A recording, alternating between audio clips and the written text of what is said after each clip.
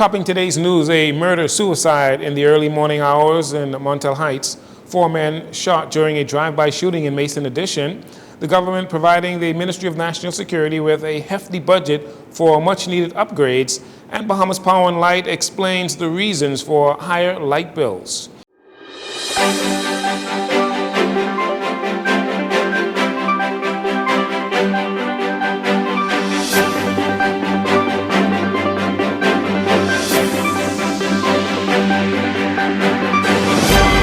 This is your Jcn Evening News. I'm Jcn Saunders. Thank you so much for joining us.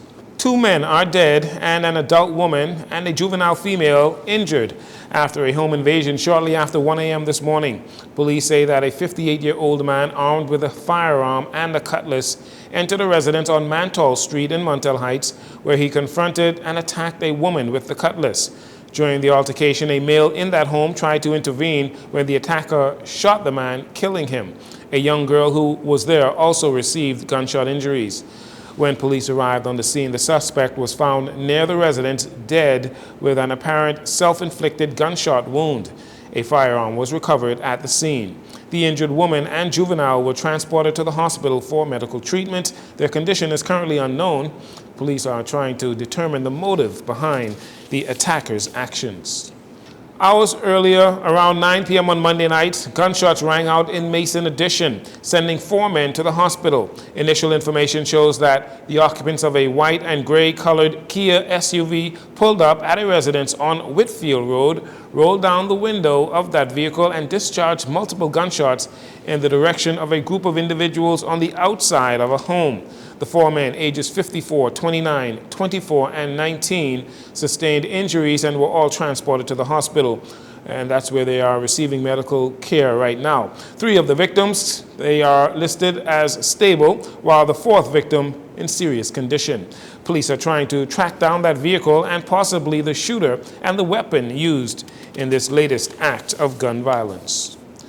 With the new fiscal budget now in place, it is clear that national security is a major focus for the Davis administration, with money allocated for major upgrades. Financial Secretary Simon Wilson shared some of the government's plans on Monday while addressing the Ministry of National Security Multi-Agency Financial Accounting Conclave held at Super Club's Breezes. From the Department of Corrections, we have a construction of a new prison and virtual court, which is a $90 million project. For the Defense Force, we have modernization of the fleet as well as refurbishing the fleet. The total of that could be close to $100 million.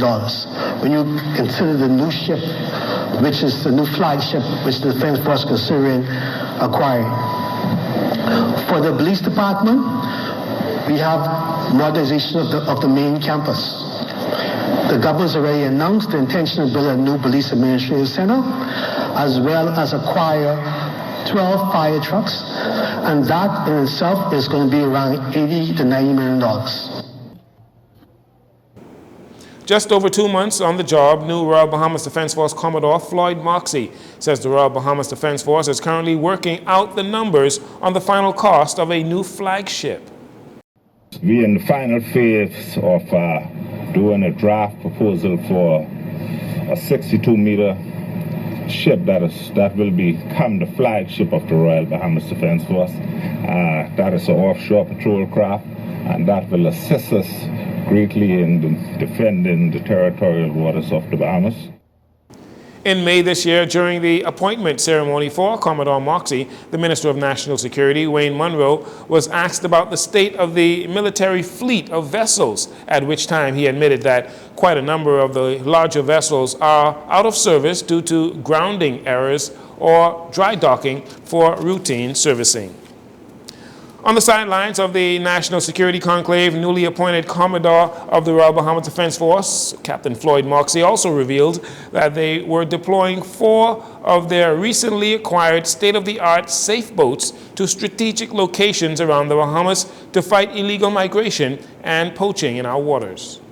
We spent some time determining where was the best place in the country to locate those safe boats, and we have determined that we will locate them, one in the North Bahamas, and today's the 7th, One of them will be operating out of Abaco.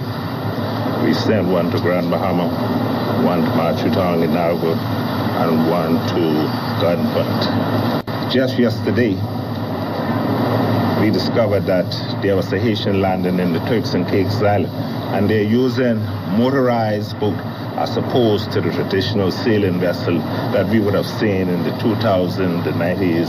And so we are sending our patrol boats to the southern Bahamas to ensure that we maintain that presence and that posture in the southern Bahamas in the event of any mass migration from Haiti. So we're using our air asset and we're using our surface assets to do that.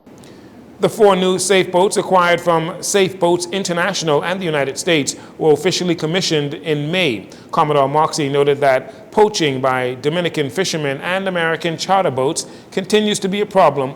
With the new boats, they will help to protect the fishing resources of the country.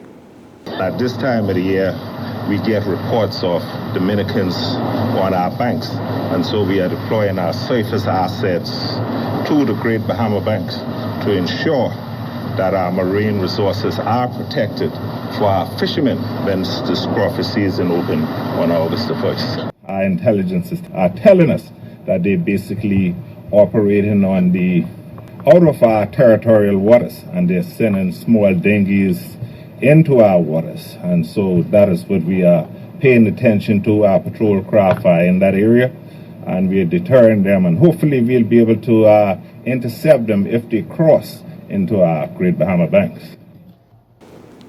The 4 new safe boats are expected to strengthen border security and territorial defense.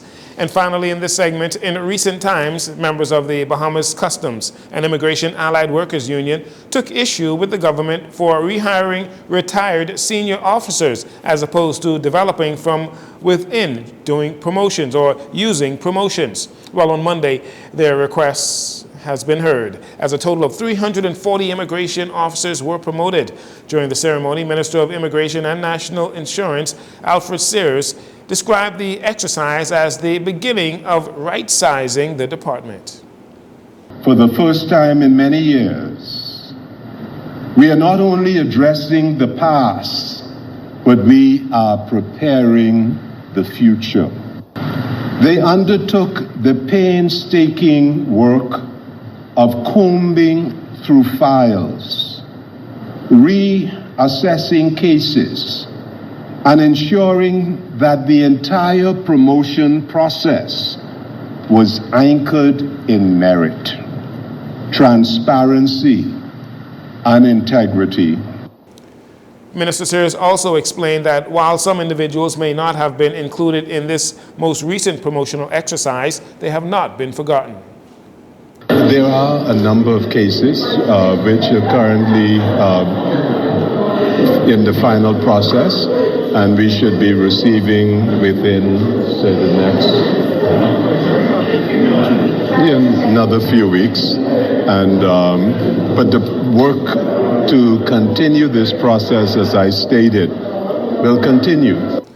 Sears said the move is described as not only a response to the union's advocacy for promotions, but it is also a pivotal step in the department's broader reform efforts aimed at strengthening institutional integrity and efficiency.